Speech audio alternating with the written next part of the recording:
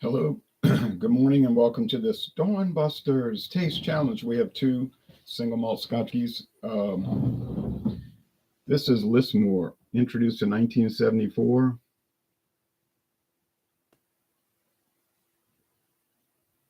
In 1974, produced in Scotland for William Lundie Sons. No age statement on the bottle, but the website was saying, I don't know, it looked like they redid the website, was saying 6-year age. So now I don't know. Got me confused. But anyway, I know what I was looking at.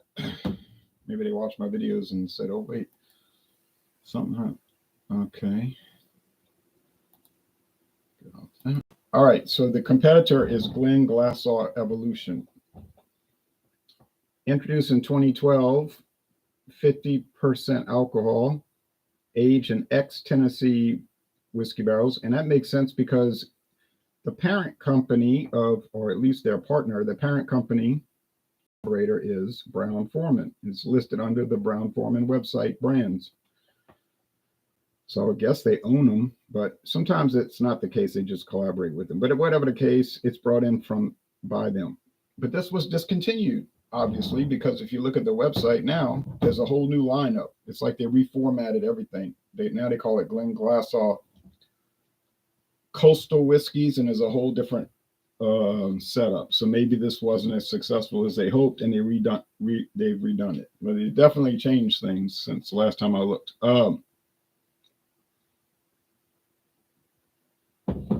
Right, Highland single malt. Forgot to put that in the notes.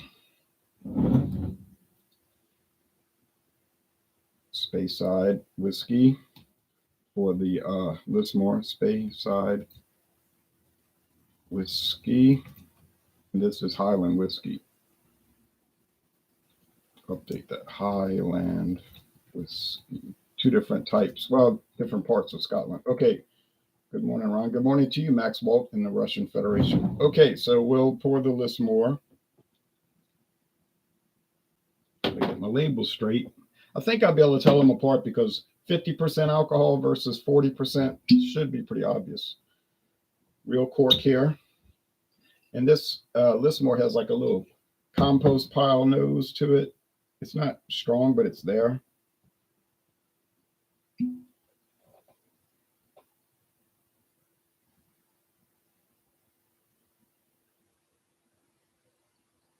See, real cork.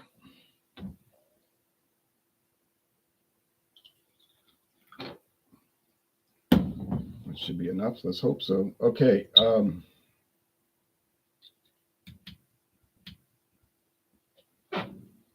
Bought this at Trader Joe's. Some people say it's a Trader Joe's private label, but that's not actually true. It's probably the only place you'll find it, but they do have other stores in America that sell it. It's not that common anyway. And if you don't live in a state where Trader Joe's sells whiskey, you're going to really have a hard time finding it. But you might stumble across it. Let's moisturize this cork. You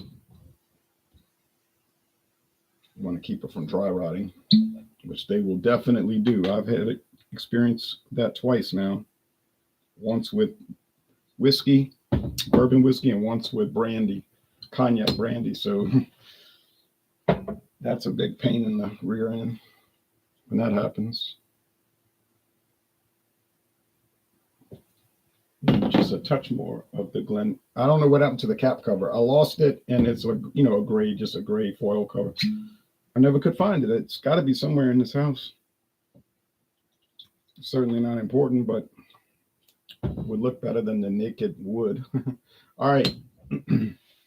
Thank you, Robert, the Whiskey Scout, for that bottle. He gave it to me as a gift. He got a great deal on it.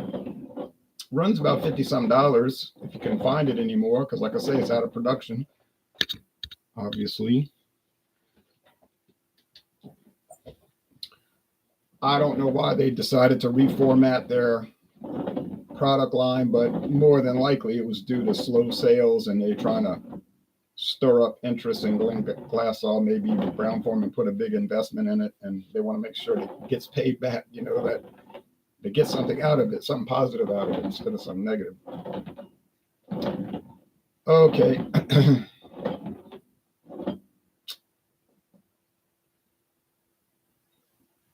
See, it's got that little compost pile nose.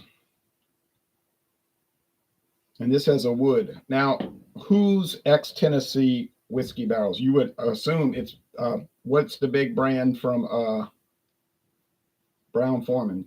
Jack Daniels, right? Right. They bought Jack Daniels' entire company in 1956. So you would assume they're going to use ex-Jack Daniels barrels. No big deal. And when I went on the tour there, they said, yes, we do ship our barrels to Scotland, many of the ex barrels, and because they could only use them once to make bourbon. Can't reuse it. Well, you could reuse it to make other whiskeys, but not bourbon / Tennessee whiskey, the authoritative one, the official one. So they'll use those barrels in America for various reasons, and to Scotland and Ireland. All right. Good aromas. Maybe the Glenglassaugh, a little nicer aroma. We talking about $30-something difference between the two. $18.99. I paid $18.99 for a Lismore. Okay, so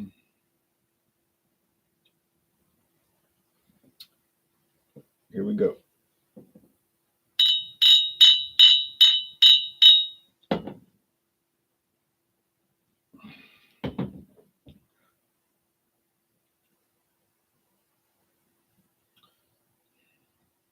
Yeah, honey, bread, a little bit of oak. Just basic, regular old whiskey. I mean, I don't know what else to say about it. I'm getting more oak. Okay, let's see. I think this one's going to taste a lot stronger. That 50% alcohol, 100 proof.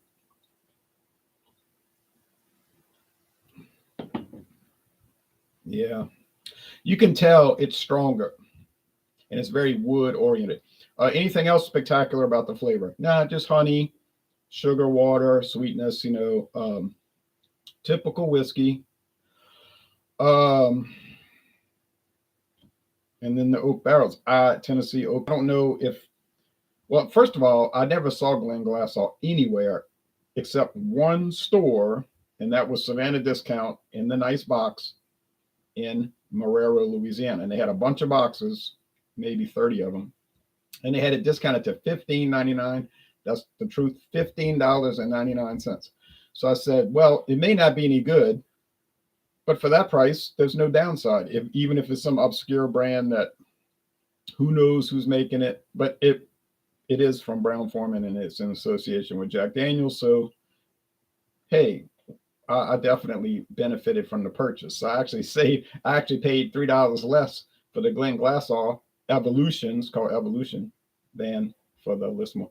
And Evolution, I guess they mean it, whiskey's evolving, they're changing it, different things are happening. It sounds better than calling it Glenglassaugh Gimmick, right? Glenglassaugh Gimmick. We'll look at the website real fast. I'm gonna call it now. Which one do I prefer? Okay, good question. Mild. Not so much of that compost pile showing up in this comparison. Sometimes whiskeys taste different when you put them up against different things. That's the truth.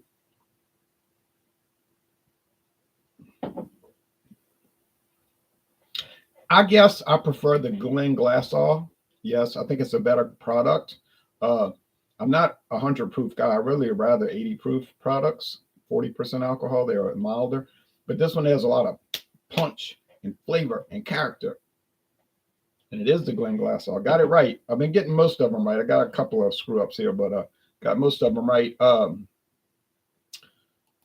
So let's look at the website for what that's worth. And I think it's worth something. Here we go.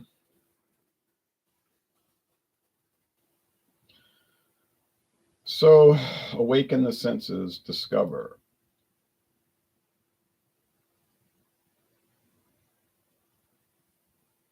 Let's see what they show.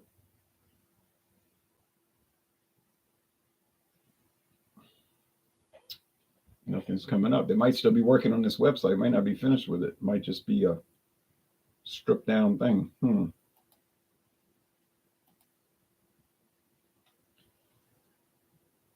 Well, anything in Scotland is going to be by the sea because Scotland is on an island. So the whole not all of Scotland, because Scotland has a land border with England, but you understand the whole island of Great Britain is surrounded by water. So there's no area far from the sea.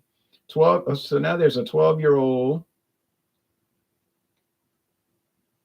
new bottle design. The bottle's shaped like waves. It's molded glass shaped like waves. There's the sand end. They're showing sand. Then there's the port soy, which I don't know anything about that, but I could read about it. I'm not going to read about it since it wouldn't matter. They're showing the distillery, which is a nice medium-sized distillery there in the Highlands of Scotland. It says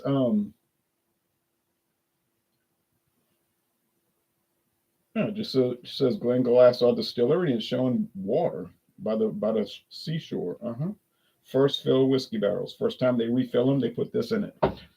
Is it extraordinary? No, I wouldn't go that far. Certainly enjoyable. Wish they'd give a little bit more information, but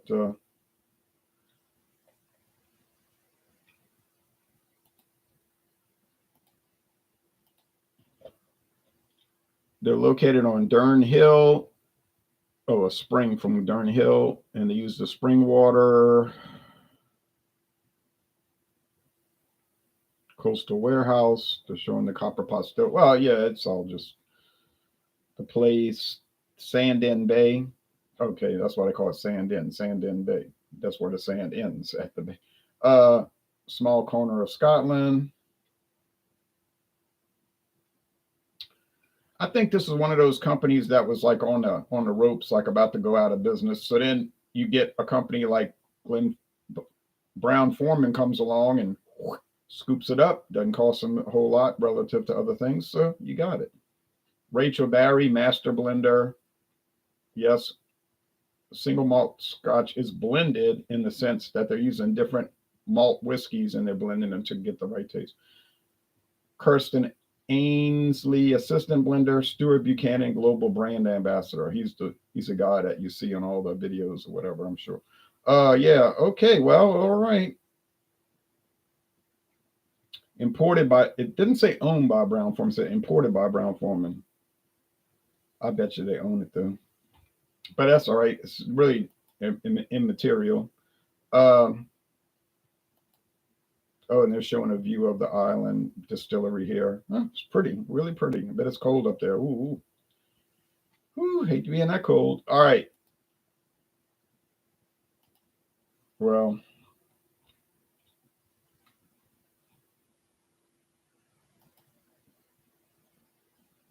that's it. So they've reformatted. That's that. Different bottles, different everything. Well, these companies do that from time to time.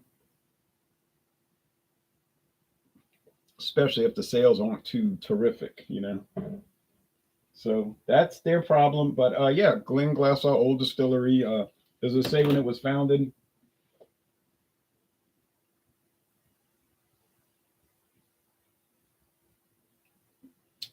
Yeah. Imported by Brown-Forman. So evolution, well, that evolutionary process ended. So, all right. So the winner, if you see it, Glenglassaugh Evolution. Thanks for watching. And now we'll go watch the news. All right. Take care, y'all. Be back tomorrow with another exciting taste challenge.